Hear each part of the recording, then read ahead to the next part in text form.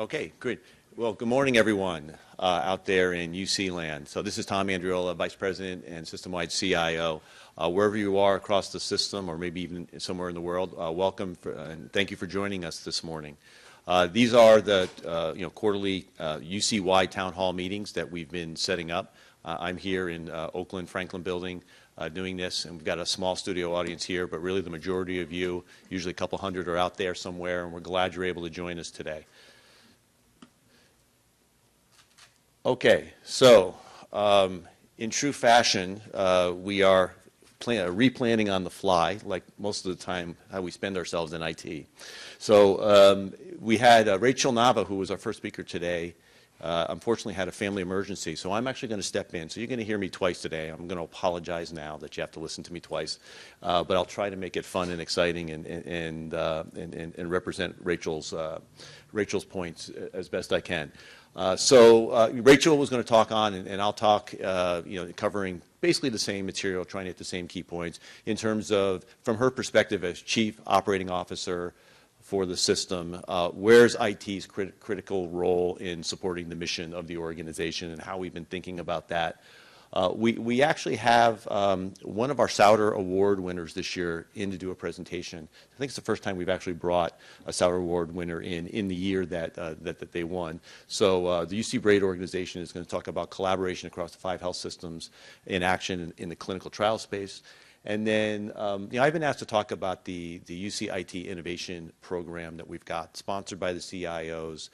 This is material that I've been using in town halls and all hands that I've been giving at your locations. But I'm going to also share a couple of examples because that's what people have been asking me more to talk about. We'll have a few minutes for questions, and then we'll get you out of here right at 11 o'clock. Okay, we also want you to know, and again, this has been a fantastic grassroots movement. It'll be a part of my innovation conversation. Slack is up and running. We opened a new channel just recently. Thank you, UC San Diego, called Town Hall Channel.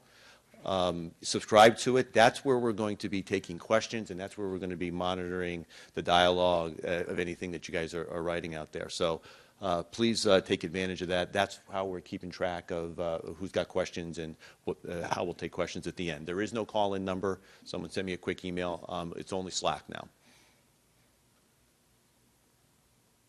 Ooh, that was not what I wanted to do. I'll bring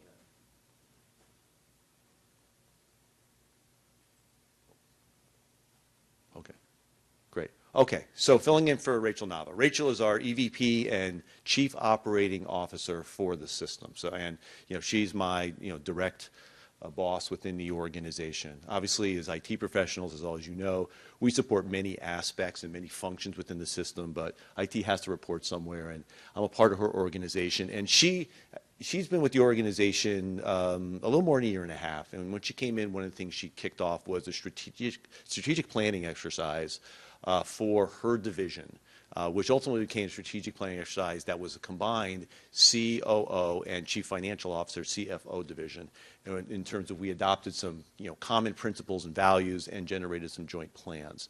And so some of the things that just in terms of kicking off, and you guys all know this, and so I'm going to cover it real quickly, is in terms of we are a world-class research university system. 6 of our 10 campuses are members of the AAU. We're consistently recognized in whatever poll or ranking it is. We're recognized, whether it's about excellence or it's about access. And it's very interesting because this is a very campus-centric, undergraduate, graduate experience. Quality, access, and affordability. I could take those same 3 terms and apply them to healthcare in terms of what's going on in our health enterprise. But it really speaks to that our mission really touches on aspects of quality, access, and affordability, no matter what part of the university we're talking about. And Rachel's organization is really all about that. A lot of why that we're doing this and where, what Rachel's organization is focused on and what we're, as part of our organization, are focused on is really reflecting the changing economics that we have going on in public higher education. The fact that the state's contribution into, the funds that we have to support the student education is lessening and lessening, and so we're having to do a combination of generate other revenue sources to make up those differences.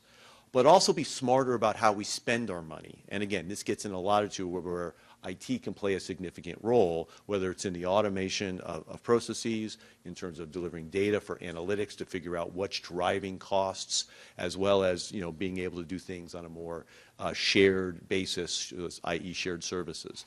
So just reflecting economics in terms of if you look at the state's contribution into our funds, it's only about 12% of the entire UC budget now.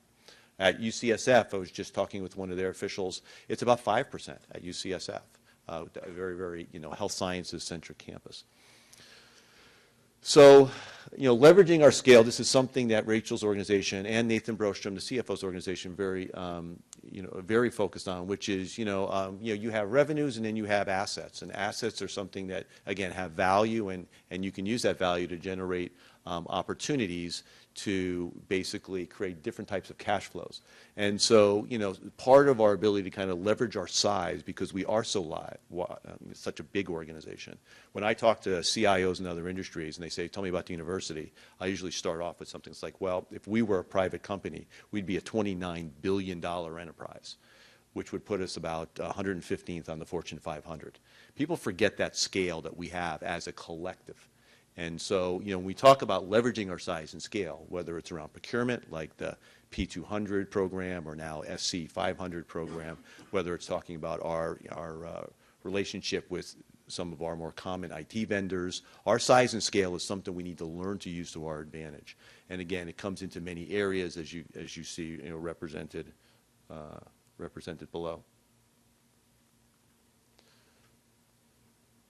Again, this is, out of the strategic plan, aligning priorities. I think, our president has done, I think, an amazing job since she's gotten here in terms of the top two boxes: stable, predictable models of funding from the state, and also trying to create a stable tuition environment for our students and their families. At the bottom, you see that, administrative efficiencies and finding new ways to generate revenue. These are things that IT is right in the middle of it. We're smack in the middle of this.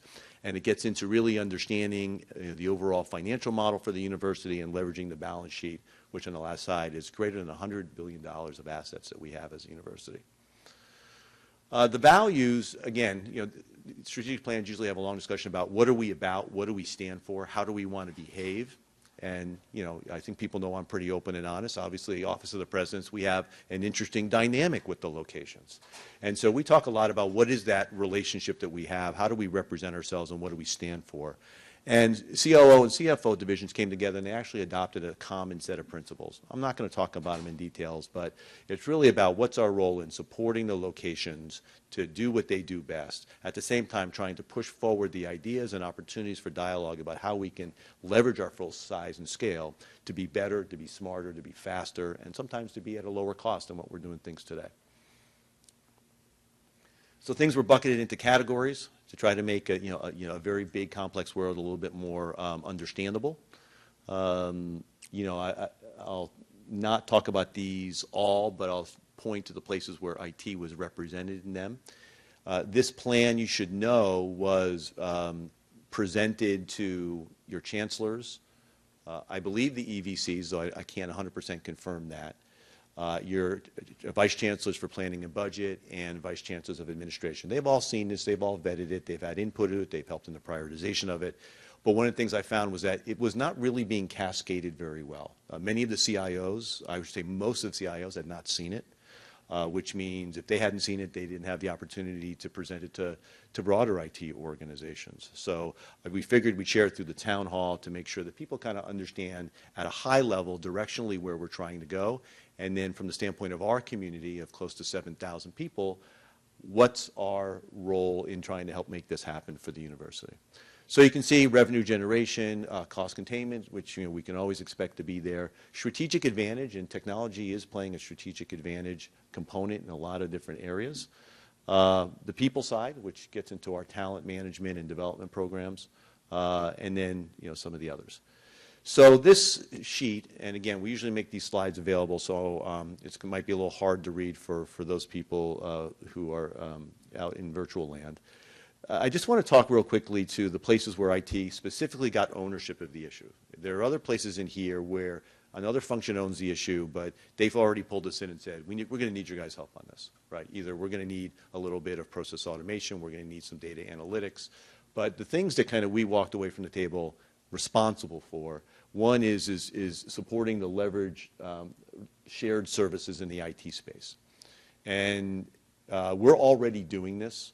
It's really about how do we do it at a greater level. And I'm not just talking about path. I'm talking about shared services where one location is best in class.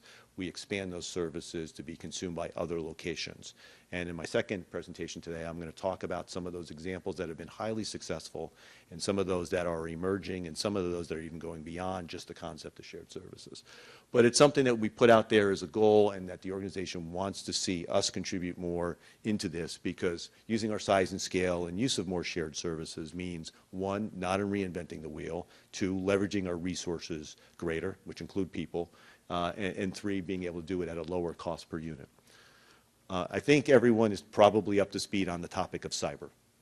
Whether you're here at Office of the President, whether you're at a health center, a medical center, whether you're at a campus, your community has been pushing the topic and the conversation around cyber. We here at Office of the President and under the division of COO, we're the ultimate coordinators of that program. I have a personal responsibility to the President to ensure that we're moving in the right direction and at the right pace of lowering our risks and protecting the university. So that program is clearly high profile. It's not just on this plan, it's on the President's plan that we have to report into every month. And if Rachel were here, I know one of the things she would say is, thank you for all that you're doing to address this, this topic across the university. We've made great progress in the last year since the call to action after the UCLA attack. We've had very, very productive meetings pulling system-wide people together, what we call our cyber responsible executives, in terms of the progress made at the local level as well as at a coordinated level across the system that really comes from really all of your respective efforts to make this situation, let's say, move in the right direction, which is ability to protect the university, ability to respond to situations, I know Rachel would say very much that we appreciate that. She and I, by the way, have to give an update to the Board of Directors next week, Board of Regents next week. And, we feel very confident that the story is good and we were able to represent that, we are treating this risk with the appropriate level of importance, the appropriate level of investment, and that we are, let's say, gaining ground on the topic. Several other topics have IT components into it in terms of being more administratively efficient, being able to make better decisions or faster decisions as an organization, the data analytics side. And then I'm just going to point real quickly to the one down bottom right here, because it's a little different than maybe what you would see. But the topic of data and using data as an asset to make better decisions for an organization is pretty much universal. You go outside the university, you go to a bank, you go to a manufacturer, you go to a retailer, they're trying to figure out, how they use the data that they have, whether that they own or have access to make better decisions, whether it's to drive, the profitability of the company or, in our case, to drive more success around the mission. In the healthcare space, it's probably moving more aggressively than on the student education side at the moment. And you've heard things, if you follow the news, President Obama talking about precision medicine as a national priority, Vice President Biden in the cancer moonshot, curing cancer. And University of California has taken a leadership position because of our size and scale and the fact that we take care of close to 15 million patients in the state of California. And, our data assets are really coming to bear as a strategic capability that we're leveraging. And like I said, IT is right in the middle of that. The health system CIOs, the supercomputer center down in San Diego, we're all playing a role in how do we organize this asset and actually make it such that it helps us drive the research agenda when we make proposals to the NIH. How do we drive it in terms of how we're running the health centers, which in themselves are under a tremendous cost challenge in terms of the cost of care, lowering the cost of care. How do we help them do clinical improvement initiatives? And then three, how do we go out and work with pharma, med device companies, payer organizations, using our data with their data and actually driving a transformation in the way that we practice healthcare in this country. I was on a phone call this morning where that was very much the topic with a new partner that we'll be announcing. So it just shows you that we're very well represented in the COO plans in terms of what's important to the organization. I thought it was important that we use the opportunity through the town hall to talk about this plan, since it hadn't been socialized broadly across the organization, help people understand that, you know, what they're working on is connecting into this in one way or another, and that if you have any questions about it, you know, talk to your local CIO or send a question in to us here at Office of the President. We can certainly help connect you into activities if that's what you're looking to do, or find out how you might be able to add to the cause. Okay, some of the other things that Rachel wanted to make sure that I represented was that she's heard a lot about UCCSC this year. I don't know how many people here in the room or out in the audience have went to UCCSC. For those of you who know her, Santa Cruz is her alma mater, right? So I think the concept, she would have loved to have been down there, but she had a conflict. But she's heard a lot of really, really good things about it. She's heard a lot about our community building activities and the fact that we have so many people following the blog. We have so many people, you know, tuning in for forums like this, that she wanted to know about that. She loves what we're doing with the Souter Awards program. You know, kind of the recognition of good work across the campus. She'd like to take that idea and talk to other functions about it, because it's, I won't say it's completely unique, but it's relatively unique in terms of something that a community in one function actually recognizing one's peers. And we've been doing it for several years here in IT. So she wanted to make sure that it represented that she really recognized what this community is doing, how we're coming together, how we're changing the game. And I think, I wish she were here to use her own words, but I think her words of encouragement would be, keep it going. You're setting a great example for us. Okay, so moving on to our next presenter.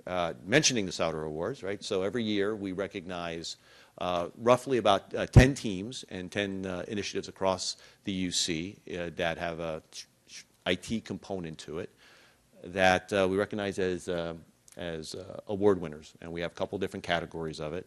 And we thought it would be nice to start to, since only a certain number of people at this stage can attend UCCSC, we're looking to greatly expand that in the coming year and years, but essentially promote some of them through the town hall. We think that's a great way to also get out the message about the good things that are going on across the system. Certainly we use the blog for that. My new name for the blog is The Story of Us, but I think we can also use forums like this. So I'm going to ask the UC Braid group to come up and talk.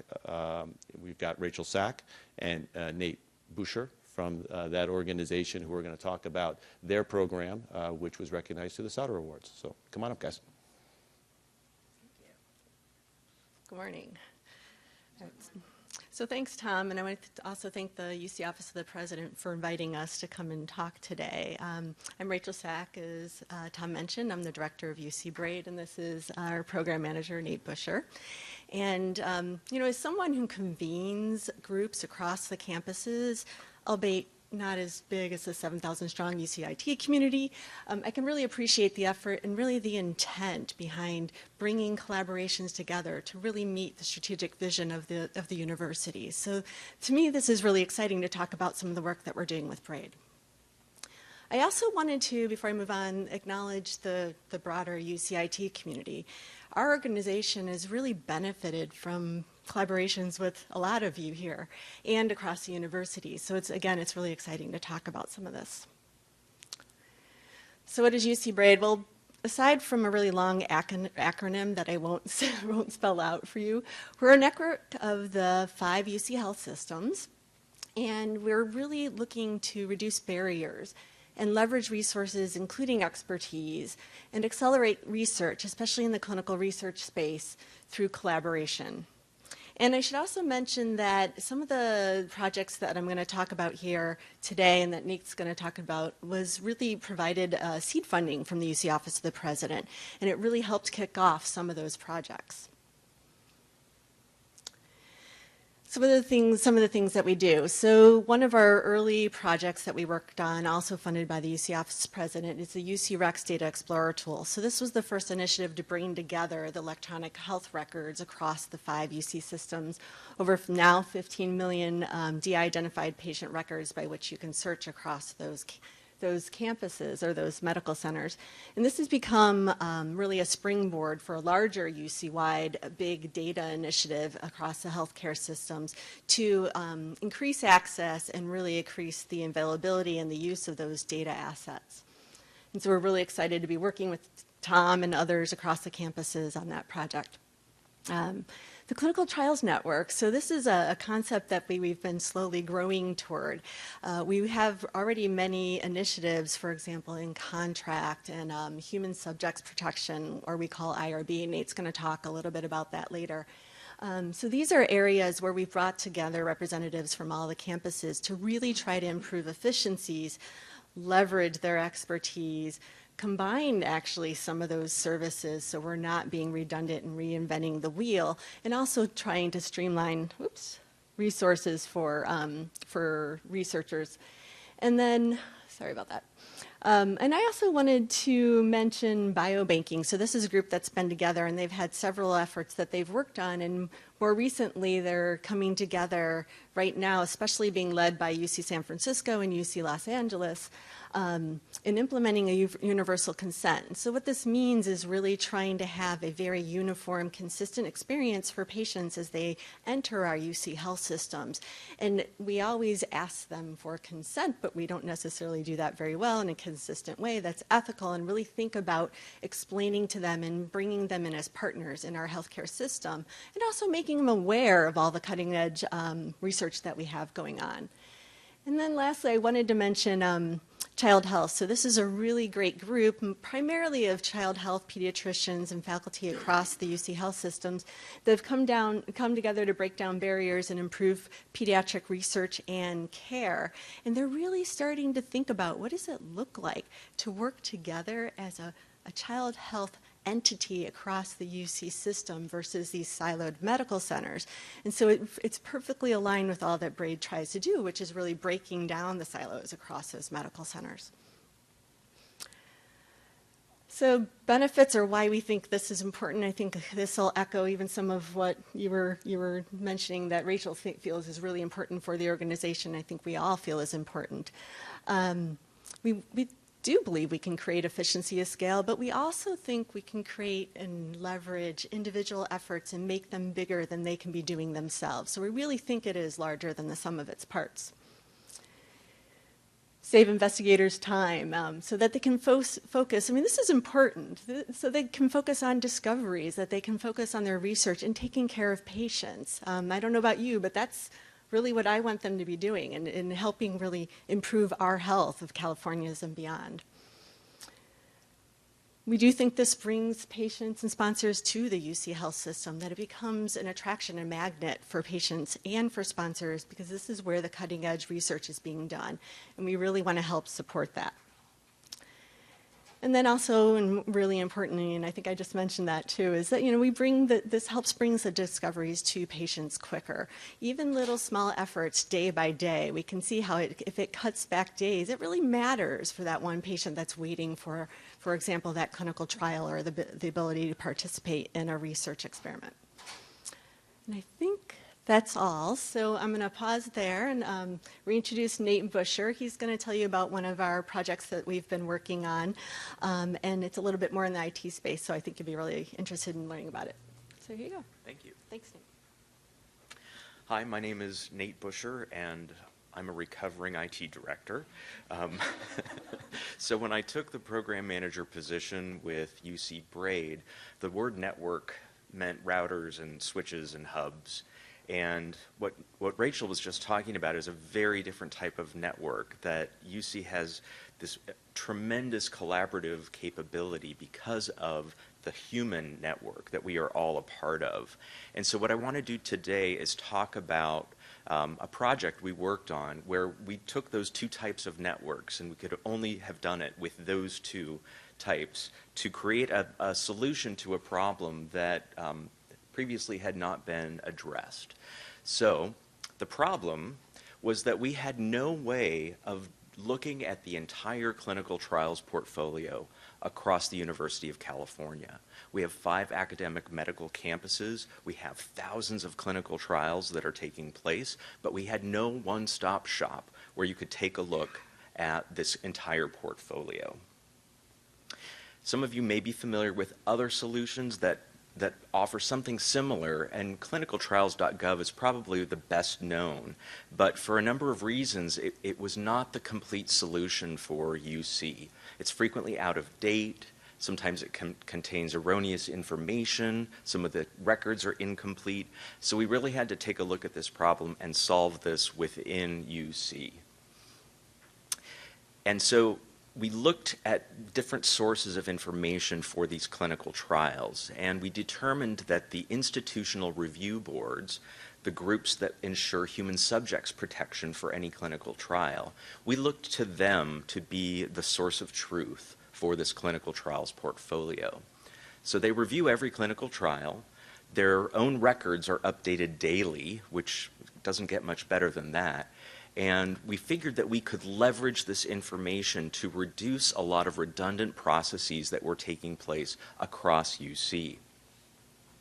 So, to address this problem, we partnered with the research technology team at the Clinical and Translational Science Institute at UCSF. And with their partnership and the human network, we came together and generated a tool that we call UC TrialQuest. It contains 3 years of data on clinical trials across the 5 academic medical campuses.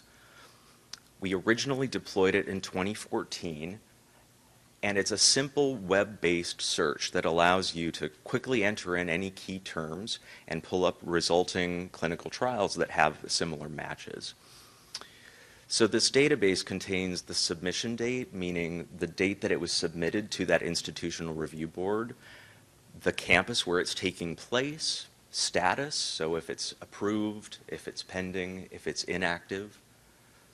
The study title, this is an important part. This really is what describes the clinical trial and is probably the most valuable field in the database. And other information such as the sponsor or the principal investigator involved in the clinical trial. We have a number of use cases for this tool, some on the research administration side and some new capabilities that we think might appeal to the research side as well. So for example, clinical trial contract negotiators can log into TrialQuest and take a look at the other campuses and see if a clinical trial agreement that they are currently negotiating has been executed at one of the other campuses. So this allows them to reach out to colleagues at the other UCs who might be negotiating terms for the same clinical trial, share those terms, and create more of a unified negotiation front. We also see this tool as a window into the entire clinical trials portfolio. And this has, I think, multiple utilities, multiple uses, depending on who you talk to. So we're thinking researchers themselves may be able to find potential collaborators. They might have an early insight into a pending clinical trial that might be of interest. We also see this tool as a way to identify opportunities for single IRB, which will reduce these redundant IRB reviews. So what is single IRB? IRB, again, these are the institutional review boards. Single IRB allows one UC IRB to review the clinical trial and then have that clinical trial take place at any number of the UCs. So 5 sites, 1 IRB review. It's an incredible efficiency. It saves time. It saves money. And it really ultimately speeds clinical trial activation, which is of great benefit, potentially, to the patients who may be enrolled in those clinical trials. So what I'd like to do now is take the captain's chair and, and show you a little bit about UC TrialQuest. Okay, this is UC TrialQuest. You see the search field here along the right-hand side, and that's where you can enter in any of the key terms that you're looking for. So let's say in this case I'm interested in a clinical trial related to diabetes. So as I enter these search terms, and the laptop catches up with me,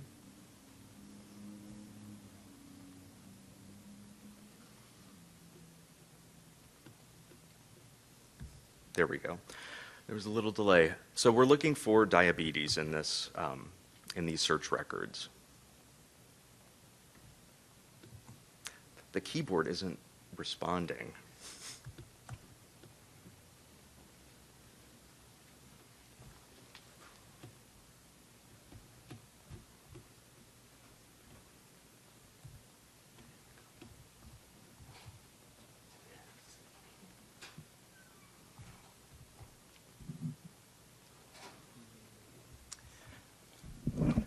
Well, let me talk through it instead. So as you enter search terms here in the field, the matching clinical trial records appear below, and the matching search term is highlighted in yellow so that you can see these matching clinical trials. And as you enter more and more terms into the search field, you further refine the matching search results, which gives you a real-time way of modifying your searches so that you can really drill down to get to the exact clinical trial information that you're looking for. You needn't search only the title of the clinical trial. You can also search by the sponsor or a principal investigator, and provided you have a keyboard that works normally, you will get all of the matching results. So a couple of features that we've built in here. For the PI information, this links directly to the campus directories that are out there, giving you quick access to a potential colleague at another campus. We also have tooltips along the top that help give people information about the types of records that we have here. So I'm going to go back to the slides and continue onward. So putting this program together, TrialQuest, did have some challenges that we needed to address. One of them is that all 5 of the UC Health campuses have different IRB systems. No commonality between them at all. They use different internal terms, different vocabulary, different nomenclature. And so when we were trying to pull all of this information together, we had to come up with some way to work with 5 completely separate and non-networked systems. And the data fields in those systems were expressed very differently. Again, different ontology, different vocabulary. And because of these somewhat proprietary systems, the campus IRBs themselves could not provide us with a consistent data format, which created some challenges when you're trying to unify 5 different sources of data. So our solution was actually to be pretty flexible. It was easier for us to come up with a modular structure that would allow us to map those varying search terms between the different campus systems and normalize them into something that's much easier to render in a simple interface. We've added some recent enhancements. The first, and this is probably one of my favorites because it involved the larger IT community across UC, was the implementation of single sign-on, or shibboleth. And this was really important because the 10 different campuses, labs, and UC Office of the President have invested a lot of resources over the years in implementing and supporting this single sign-on technology. And because of that, we were able to extend this tool across UC with very minimal effort. We also added to the TrialQuest tool synonym support. So as you enter search terms related to genes, in this case, a gene may have any number of different notations. They all might be the same gene, but researchers could refer to them with any number of different ways of notating that gene. So what we did in TrialQuest was we made it so that if you entered any one of those gene notations, we return the search results for all of the different notations of that same gene. And extending that concept further, we included generic versus brand name drugs. Again, making it easier for people to identify a clinical trial using the terminology that they are most familiar with. So I'd like to talk about some of the contributions that came from the UC-wide technology teams that really made this possible. We couldn't have done this without all of you. Braid is a team of three people with lots of networks at the various campuses, and this partnership with the technology services team made TrialQuest possible. So thankfully we had the single sign-on with Shibboleth. We had competitive virtual machine hosting. We shopped around. We looked at Amazon. We looked at SoftLayer. And UC was very competitive and allowed us to keep this tool in-house, which was really great. We partnered with the campus technology teams to help develop the weekly reports that feed into TrialQuest. And with those teams, they have automated this reporting process that takes the extra effort out of it and makes it so easy for us to keep TrialQuest very up to date. We also rely on the systems administration and the security infrastructure that exists within UC, because we're not an IT shop.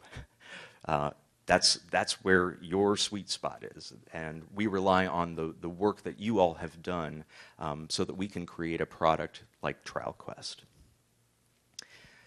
There were plenty of other partnerships that helped make this tool possible. We would love to thank the UC Office of the President and Tom Andriola and the CIO's office, the UCSF Research Technology team within the CTSI, Eric Ma, who this was his brainchild. He's the Executive Director of Clinical Research Operations down at San Diego, and also the IRB directors and their staff. But ultimately, I want to thank all of you for the two types of networks. And without you, we couldn't have done this. So many thanks to all of you. TrialQuest is available at trialquest.ucsf.edu. You can log in with your single sign-on credentials. So check it out and take a peek. So at this point, I'd like to pause and see if there are any questions from the audience here or our colleagues at the other campuses. We have one that's come in through Slack. The question is, and I think this question gets asked a lot, which is, so how did Braid come together, and what gave them the will to start collaborating when, in some cases, they find themselves competitive? So would you like to talk about the history of Braid coming together? I think that's a perfect question for Rachel. How do we come together? It's a really good question. So I actually wasn't around with Braid when they first came together around 2010, and really can think of it as a grassroots organization. It was a network of leaders across the 5 UC health systems that really had a shared vision. They also had a shared set of pain points, and all of them recognized that these were areas that they felt could be tackled at a collaborative level versus individually at their campuses. You know, we're all in an environment where we're trying to do things quicker, faster, cheaper, but it wasn't just that. They actually felt that they had very connected but also intersecting levels of expertise in areas where they could actually collaborate well and meet each other halfway across the campuses. I think one of the sustaining factors for this group is that shared vision. So they all have local needs, agendas, priorities, but again and again, that's what's so exciting about this group is that they see the benefit in coming together, and they see themselves being more competitive together than they are individually. So whether it's our faculty leaders, our administrators, our directors of the IRBs, or the contracting, again and again, they see the benefit of coming together, and that's really what's exciting about this. So I think did that answer the question? Okay. Okay, so this question's from, can we say who it's from? Okay. Jessica Hilt at UC San Diego. How can UC technology teams make projects like TrialQuest easier? Oh, great question. And what was the best part of working on this project? Oh, this is the perfect question for Nate. So 2 questions, I guess. What could be done better to improve projects like this? So putting together TrialQuest from the development perspective, that was actually pretty easy and didn't take too much effort. In terms of the technology infrastructure that we relied on to make it possible, I think the one opportunity area that I noticed when we were trying to implement Shibboleth was that there was really no kind of template configuration that you could start off with. You know, we're running on a virtual machine, so we could, you know, potentially have like a Linux virtual machine image pre-configured with all of the software required for a shibboleth implementation. It actually took a number of different people in different offices to achieve that final configuration, and I think perhaps with some templates and unified instructions on implementing something like this, it'll make these cross-UC projects so much easier to execute. So I think that's probably the one area where I think we could make some improvements. And the second question? Oh, the best part. I have to say it's about the partnerships. There were dozens of people throughout IT, throughout the IRBs, throughout contracting, all across the University of California, and we got to work with all of these people, and that was really, I think, my favorite part of the project. One more, real quick. Real quick, if UC faculty are involved in clinical trials that actually take place at other non-UC institutions, are those clinical trials in your database? Can you repeat the question? The question was, if a researcher from UC is taking part in a clinical trial that's outside of the UC system, does that appear in TrialQuest? It does not, because the TrialQuest data feed comes from the ethics review that takes place at the UC campus. So we don't have a feed coming from those non-UC entities. But we did build TrialQuest with a modular underlying structure that allows us to extend its capabilities potentially, or share the tool with other institutions. So we've made it very easy for different IRB systems, different universities to be able to adopt this technology with a minimal amount of effort. Okay, fantastic. Again, Rachel, Nate, thank you so much for joining us today and sharing the story. I can tell you, because many know that my background is in healthcare. I was in healthcare before I came to the university in this role, and the capabilities and the shared research agendas that are going on, I mean, this is going to get leveraged more and more. The fact that you have a fabric of bringing all five together. Matter of fact, I was looking at an email while you were presenting, something I got to jump on right after this call, that is right smack in the middle of what we're talking about. Okay, so I'm coming up on my 3-year anniversary at the university, so you haven't gotten rid of me yet. So, and I've talked about this topic a lot. This is maybe my favorite topic to talk about because it talks about all the amazing things that we do, all the amazing things that we could be doing and maybe should be doing. It wraps in an aspect of people and development and helping people realize their full potential. And so, this kind of, I've told this, hundreds of times, so I apologize for people who've heard it before. When I came here and I realized how big we were and that we had close to 7,000 IT professionals scattered across the system, and I got out to all the locations, had a chance to meet everyone, and I realized the amazing things were going on, I was truly blown away. And then when I saw also in those same visits all the things where we were reinventing the wheel on some basic things and we weren't reaching out and we didn't know each other and we didn't know what things were going on, I saw it as such a missed opportunity. And then looking at the challenges of the organization that we talked about in the first presentation about, that we're always under this pressure for how can we make the cost to a student less to get their education from the university? How do we make healthcare more affordable for the population of California? How could we contribute more into that? And so, I love this saying, that I've learned since I come to university about universities work by 1,000, letting 1,000 flowers bloom. That's true. But what my private sector experience has taught me was that truly great organizations take their innovations to scale. Go talk to Intel. Go study Intel. One of the reasons why they are Intel is because they innovate like crazy. But the ones that work, they figure out how to make into a billion-dollar bet. And they make it successful, and it was kept them on the top of their industry for coming up on 50 years now.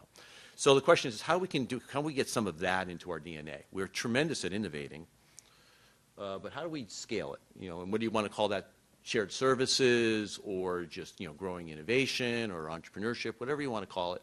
How do we do more of it? And so we started, and again, this was not a conversation that maybe there was my initial insights, but we took and we started talking about with CIOs, and we found a lot of CIOs were we're talking about collaboration. How do we do it better? And so then we started talking about building this community. right? This forum is a part of building this community of how do we connect those close to 7,000 people across the system to know each other, to know how to, as Nate said, how to access the human network, because someone has already solved the problems that I'm asking myself today. We can almost guarantee it at a number like 7,000. And so, you know, our environments are constantly changing and evolving. If you look at what's going on, nothing is ever stable. And quite honestly, in universities, if things aren't growing, they're dying. So we have to evolve and change, and the bar is always being raised for us as a university, us as individual institutions, and us as a community. So, and we're always asked to figure out how could we be doing more. The power of 7,000 is truly an amazing power because no one is as smart as all of us. You know, I mean, I can honestly say that I don't think I've had a unique idea since I've been here. I've just been really good at talking to people and finding things that have interesting possibilities and figuring out how to get them rolling. And then all of you picked it up from there. There's so much innovation that's going on, but so much of it is trapped at the local level that I think we miss the opportunity to make it bigger, better, and more impactful. And in my role, I feel that's one of my key roles is how do we make it bigger, better, and more impactful? And how, as a set of CIOs, can we do that? And then one of the most exciting parts really about this is, and I'll talk about in terms of what we're doing in terms of talent development and leadership development, is this is really about investing in the people. I don't think anyone in this organization thinks that they're in their final role. I think everybody would love to find a way that they can make a bigger impact. People who join institutions in higher education, who get involved in healthcare, they tend to be more mission-driven versus dollar-driven. They tend to want to make a difference. And the fact that we found a way, we believe, to invest in the people, to find it, here's a way that you can contribute more, to have a bigger impact, we think really speaks to why people have joined this university in the first place. And so it started with this thing. We started calling it UCITI for the innovation program. You know, and you know, it started around really the concept of shared services. It seems like how do we get more local services into shared services? And you'll see a couple of examples in a minute. And you know, if something's working very well at one location and we figure out how to make it work at 4 locations, we start calling that a shared service.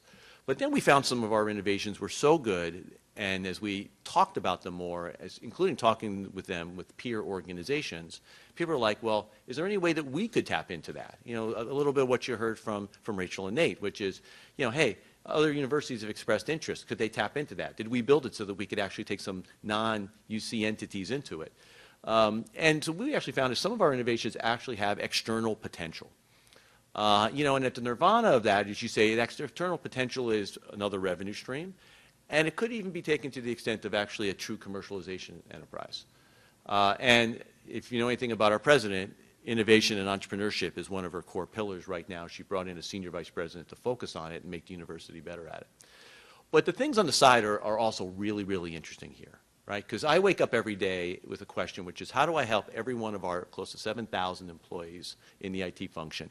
How do I help them to not think of themselves as just someone who's coming to do a job, but think of them as someone who's coming to make a difference and to innovate and do something a little bit better today than they did yesterday?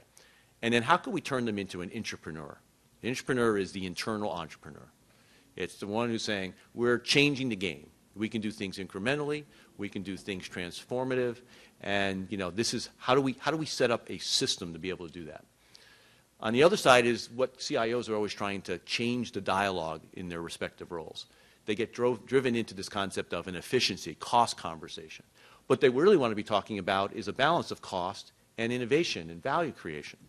And again, most IT people would love to have the chance to actually be an entrepreneur. And so we think we found a way to do that through this UCITI program. It's got a bunch of different elements that I'll cover quickly because I want to share the examples. But it's kind of it's a structured, repeatable innovation process for us. That at one end of the spectrum starts with, I have an idea for something, right? It can travel through a process where we make that a proof of concept. We actually make it a running service. We turn it into a shared service. We start offering it externally outside of the university to maybe other higher ed institutions or healthcare systems or even other companies. And then maybe, in certain cases, it might make sense to maybe spin it out and make it its own new company. What an exciting thing to be able to come to university to work on. Not just to be an IT person, but to be an IT entrepreneur and maybe become your own entrepreneur. And so we started thinking about what are some of the pillars and foundations that you need to have in place.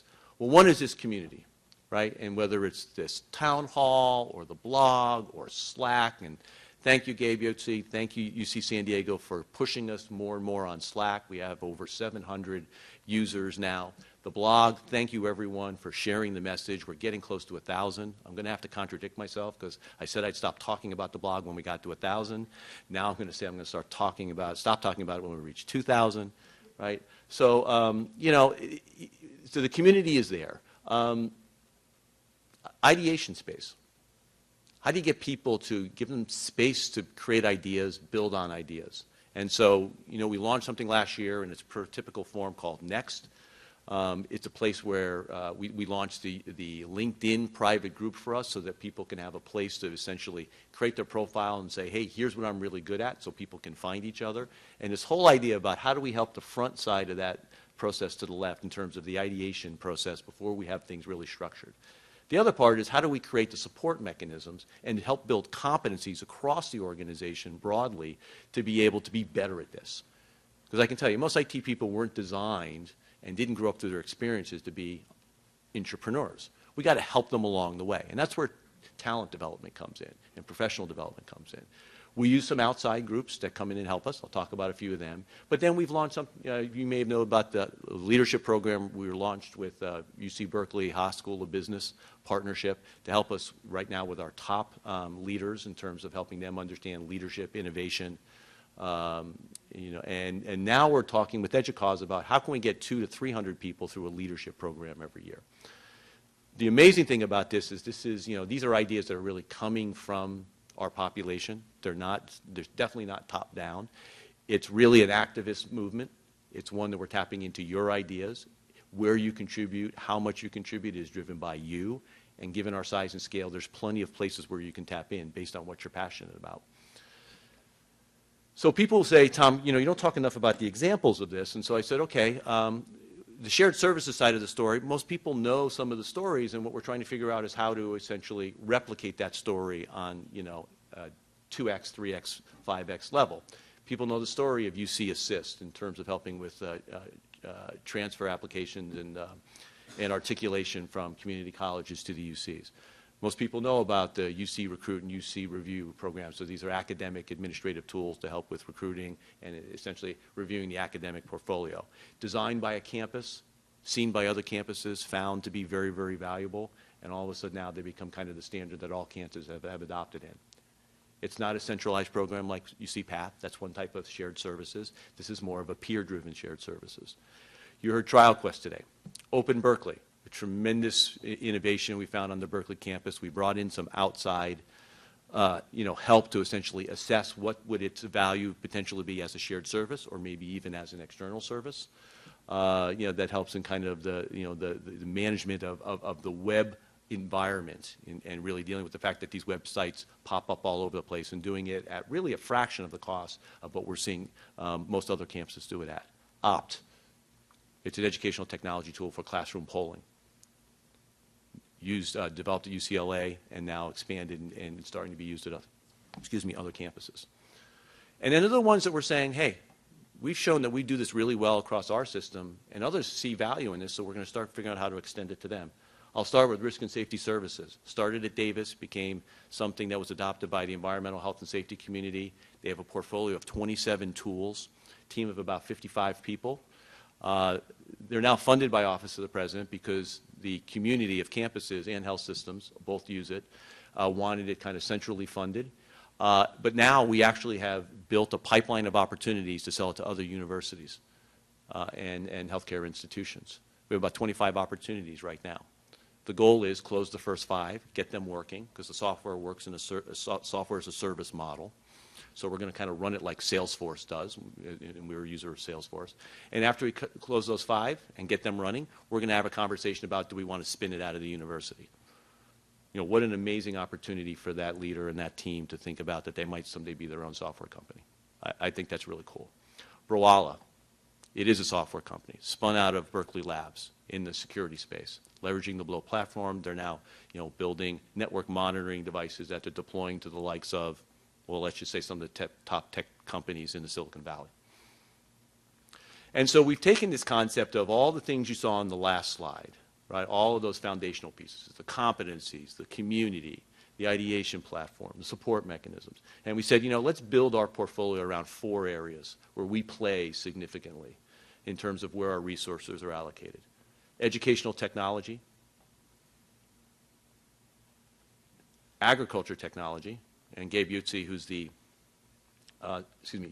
the CIO at A&R, has done a great job of promoting some things that his team has done, like crop manage, running hackathons where we took some of the best ideas and we had a panel and we actually gave them prize money.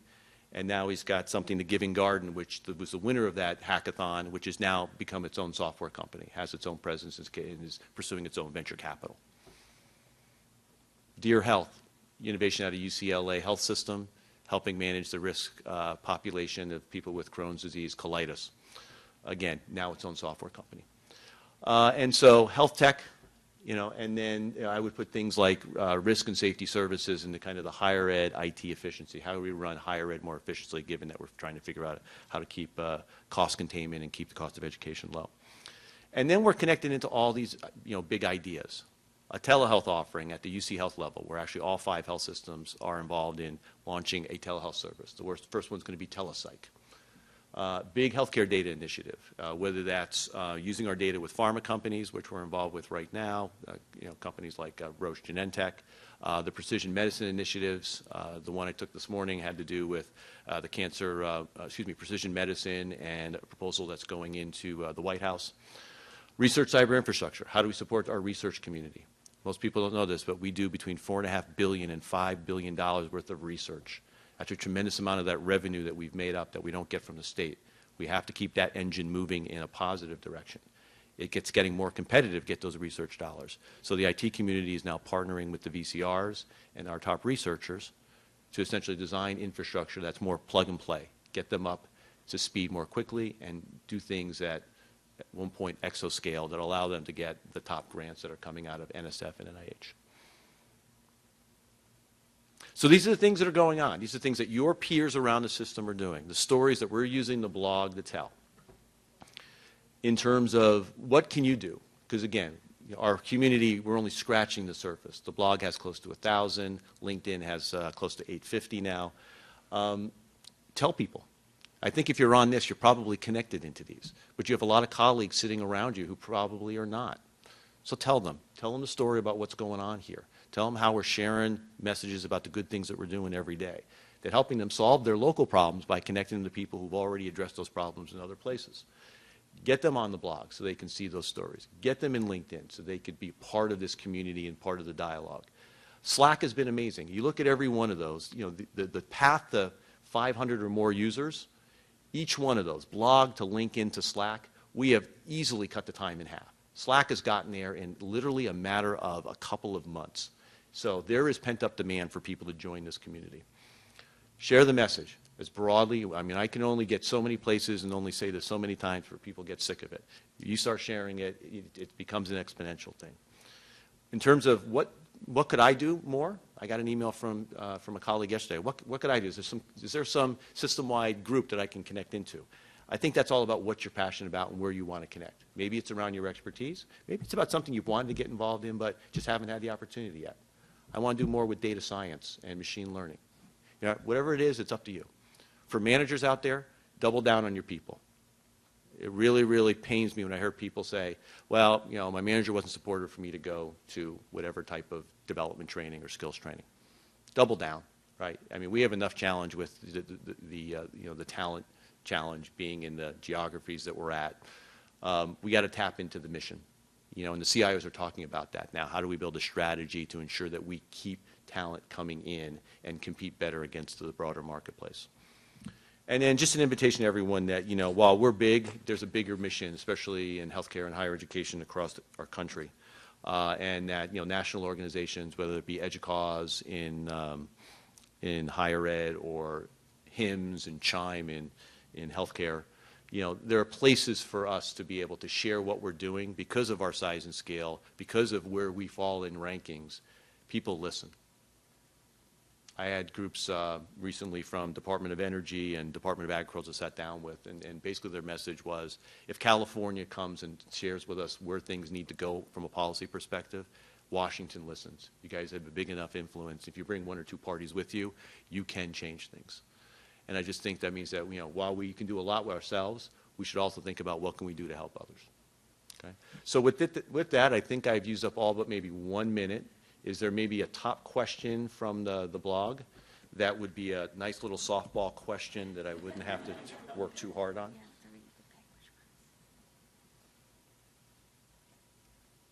Anna Lee, we already said one of your questions, so I've got to basically say we're not going to answer yours.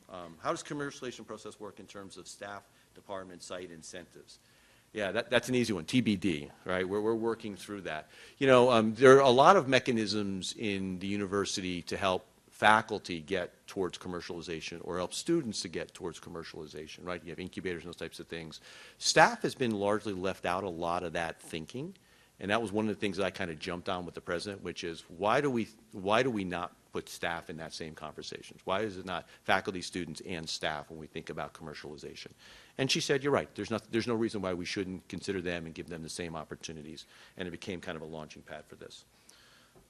But lots to work out because we do have kind of a different employee manual than the faculty does.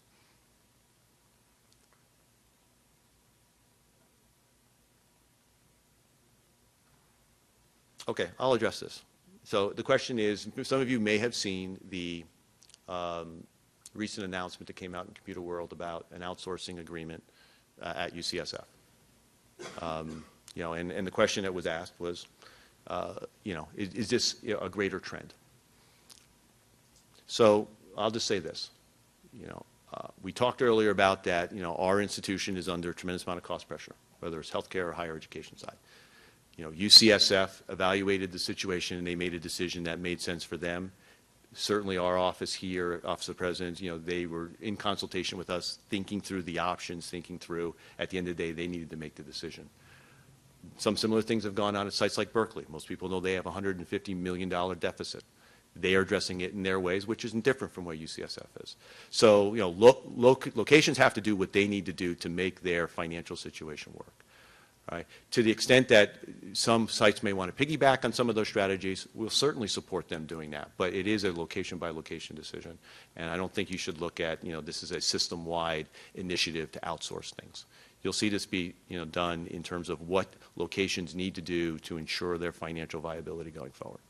And I think that's probably the best thing. There are public statements put out there in terms of why UCSF came to this decision, the extent of it. It's a very small percentage of the total IT environment, about 17%. So it's not a major outsourcing initiative. But I think the way they answer the question is, this is a location-by-location decision in terms of what they need to do for their own financial viability. Okay. So with that, I'm going to get everyone off and on their way for the rest of the day. Again, thank you. Share the message about all the good stuff that's going on here. Share the message about the blog so people can see and read about all the great things that you're doing. And we'll talk to you in about a quarter. Thank you.